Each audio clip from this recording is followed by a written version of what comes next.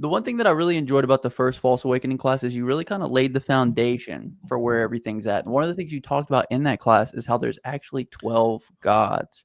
And I think a lot of people are probably under the assumption that there's one God. So is there any way you could speak a little bit to that? Well, yeah, I can't get that class. If you haven't got the first False Awakening, get it, because there is information you've never heard. I don't care how many YouTube channels you watch or whatever. There isn't. I mean, go to the Bible. You should have no other gods other than me. Why? Why is that even said? I mean, just look into that for a second without me going on and on.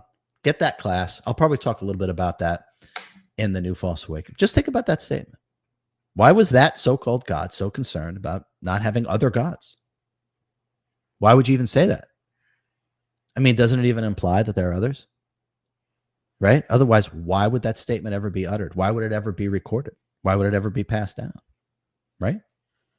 So just think about it that way.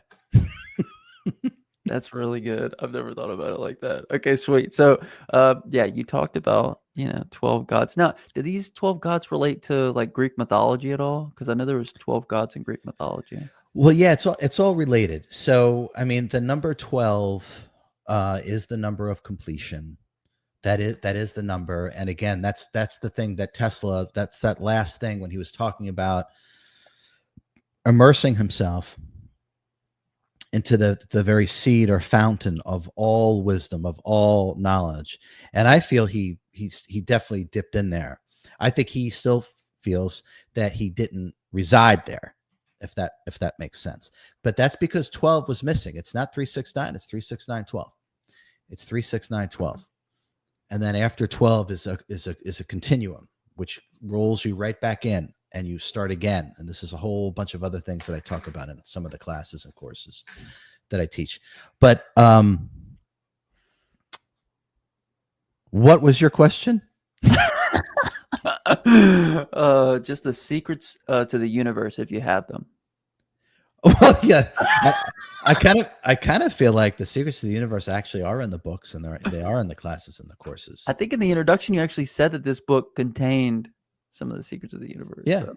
Yeah, absolutely, absolutely. And the funny thing is, it's always been there. But when we say that, or when I say that, we associate that it's always been there, that we can see it doing this, looking outward. You can't.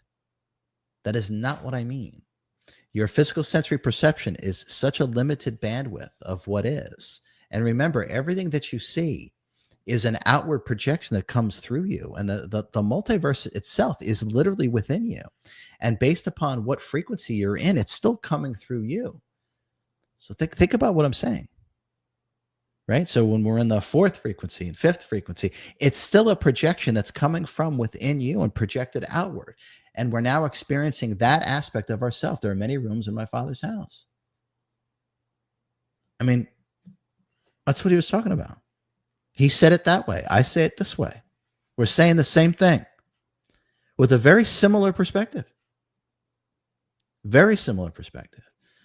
But everything is a projection outward, and you can't understand or figure anything out based upon a projection. As Plato would say, those are shadows on a cave wall. So you have to turn the sight within and to start to marinate within the self and understand the self. And then the outside world will start to make perfect sense. Wow, that was really good. My previous question was about Greek mythology and the 12 gods in Greek mythology and how that relates to... Yeah. Shocking that I started rambling and forgot what it is that you asked. I never do that. So, okay. So briefly, 12 is the number of completion. Our God used 12 because the absolute, or the all there is, which gave birth to the 12 gods, the absolute and the all there is, at a certain point of its own self-awareness, it realized that it itself was divided into 12s. That it had 12, I'll use the word components, not the right word, but it had 12 components to itself, which is why it created 12 gods. And our God, and we are within the multiverse, the multiversal structure is within this one particular God of the 12 gods. It patterned itself With 12, it used the same understanding of the core of existence itself, and so it made everything into 12. And so there's lots and lots of stories, allegories. Some are actual truth, some are not at all, and we really have those mixed up.